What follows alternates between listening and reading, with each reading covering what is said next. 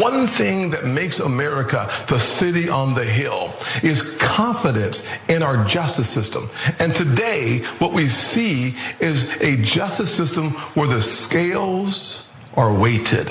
That seems to be the outcome of where we are today. As President of the United States, I would purge all of the injustices and impurities in our system so that every American can have confidence that they will be seen by the Lady of Justice with a blindfold on.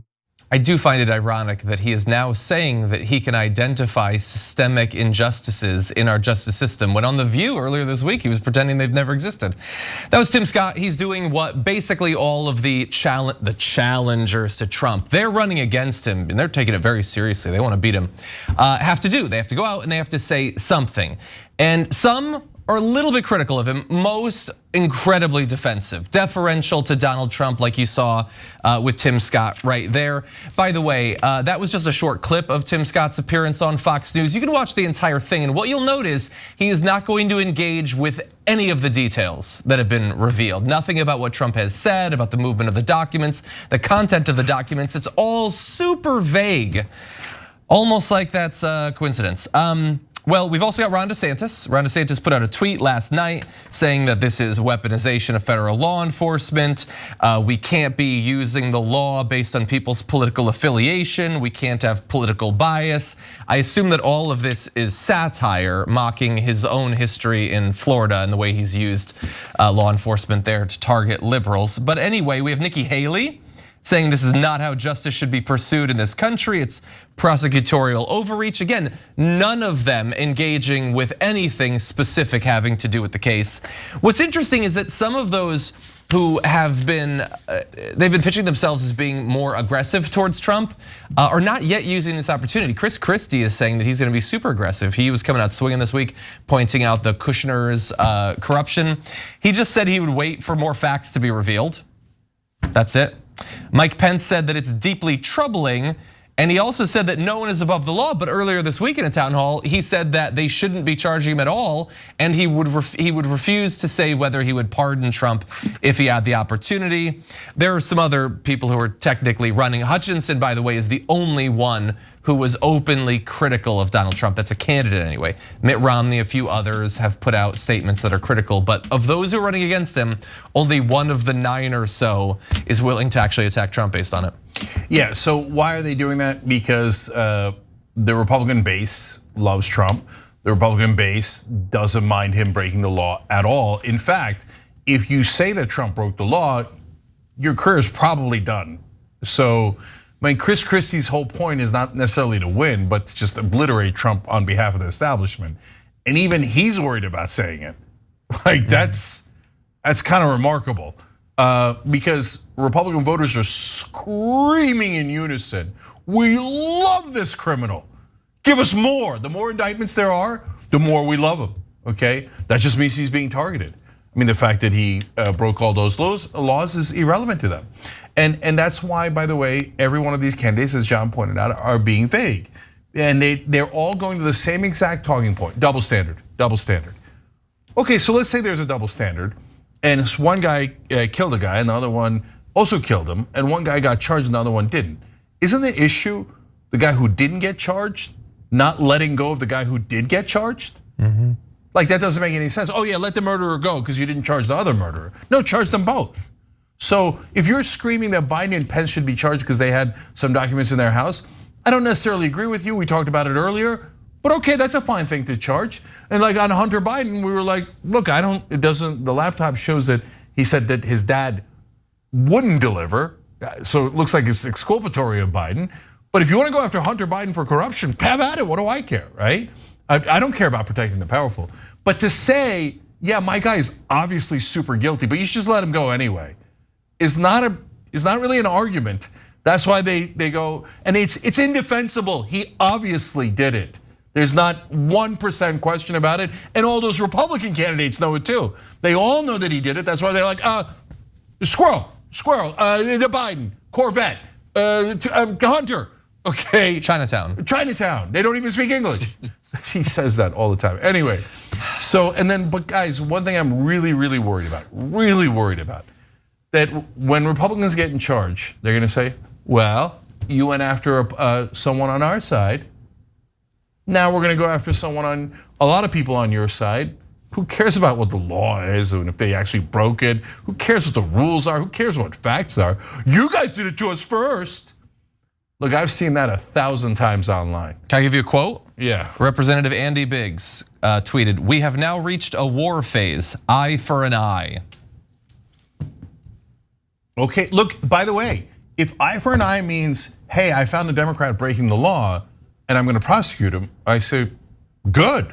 I don't want the powerful getting away with anything, whether they're Democrats or Republicans. If an eye for an eye means, yeah, Trump broke the law and massively so, and you're holding him accountable, so I'm gonna put a bunch of you in prison for no reason.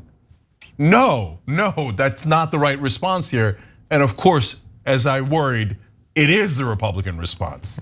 Yeah, and I think what you have to keep in mind when you're thinking about their reaction to it is that they 100% believe with certainty that Biden is a world historic criminal, that he really has committed way worse crimes than Trump, and yet is getting let go. And so that's kind of the context for those claims that they're making, that this is unfair, unequal treatment. And they're not even talking about, they'll talk about the boxes of classified documents by the Corvette or whatever, but what they're really talking about is the Burisma stuff, that's been coming out recently. You've seen a ton of that. On the exact same day that it was proven, and you keep seeing people like Marjorie Taylor Greene say that it's been proven now that Biden was bribed $5 million to do something on behalf of Burisma in Ukraine.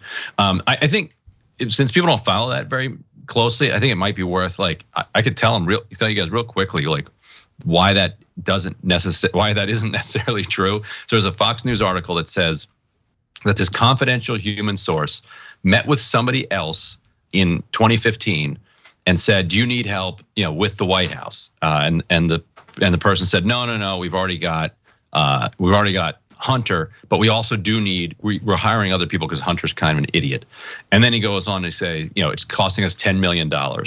For both Bidens, $5 million for Hunter and $5 million for Joe Biden. So that person says this to the human source. 5 years later, this confidential human source in June 2020 tells the FBI about this. That's what the Republicans are now saying proves that Biden was bribed. But you can obviously walk backwards from this a bunch of different ways and say, well, that's worth probing. If you got that tip, you should go check it out.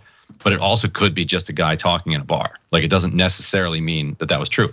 It could be that Hunter said it was true, but it wasn't actually true. Because you also have text messages from Hunter to his family saying that I won't take half of your earnings like Dad does. And so, but Hunter could just be making stuff up. So the idea that this has been proven is not remotely true. But if you're a Republican Trump voter right now, if you're a Trump supporter, you believe that all of this happened, and that the FBI knows it, and that the FBI is not prosecuting it because they're in the tank for the Democrats, and all they want to do is go after Trump. So if you get your head in that space, then you can see why they're kind of losing their minds over this, and why they're then threatening to come back at Democrats. So Ryan, I agree and disagree. So yeah, I can see why they're in that headspace. They're always in that headspace. Yes. And if it turns out that Biden actually took $5 million from the Ukrainians in a corrupt deal, yeah, I'll chant lock him up. And I won't hesitate for 1 second. I know what the establishment guys will say. How dare you can't even suggest it, right? No, I can suggest it. And I don't give a damn about Joe Biden. And so if he did something like that, I say lock them both up. That is the rational response. They can share a cell.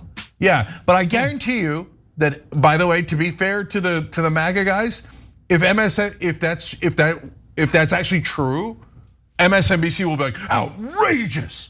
How dare you say that Joe Biden should be held accountable, right? So they'll defend him no matter what, and everybody knows that. And Fox News will defend Trump no matter what. Oh, they used to. But the right wingers will defend Trump no matter what. No, the correct answer is not let all of the criminals out of jail because they're on my side. The correct answer is if they're committed crimes, put them both in jail. Yep. So look, I'd be shocked if any allegation by a Republican is ever true. They're serial pathological liars. If a Republican politician is speaking, there's a 98% chance he's lying. Okay, so there's a rebuttable presumption, but can that presumption be rebutted? Of course. You show me actual evidence from official sources, etc. No problem at all. But if some loudmouth idiot Republican politician's like, oh yeah, it's been proven, the Jewish space lasers proved it. No deal. Give me actual evidence. 100%. Yeah, and by the way, the claim that like, isn't it coincidence that they're charging him today? Well, you just sent out Marjorie Greene in the morning to start like claiming that they've proven this, but you knew the charges could be coming today. It's not a coincidence, but only because you made it the same day. You chose to do that. And if it wasn't that, then it would have been the border last week, or it would have been inflation the week before that. They're gonna spend 2 solid years claiming that they've got stuff on Biden. It's always gonna link up with something. And as you said, it doesn't matter anyway. It doesn't mean that Trump didn't break the law. I also just want to say, in terms of the Andy Biggs quote about we've reached a war phase, eye for an eye, you should know, and you won't be surprised to find out, that the internet is full of MAGA people saying that it is time to start killing people. That this is the time for civil war, talking about family members of Jack Smith, talking about other people involved in this, and saying kids aren't off limits and stuff like that. A lot of this probably is just insane fascistic like bluster, but I also think that we are in a period where violence is possible. And when you have like actual elected representatives saying that we've reached the war phase, that is as irresponsible as you can imagine. When in the last 6 months, how many obviously politically motivated attacks have we had? People's heads being bashed in with hammers, shootings accompanied with manifestos. They know what they're doing when they do this. Last thing, guys, because I cannot stand the gaslighting. 28% of Republicans in a poll, in several polls, said it's time for violence.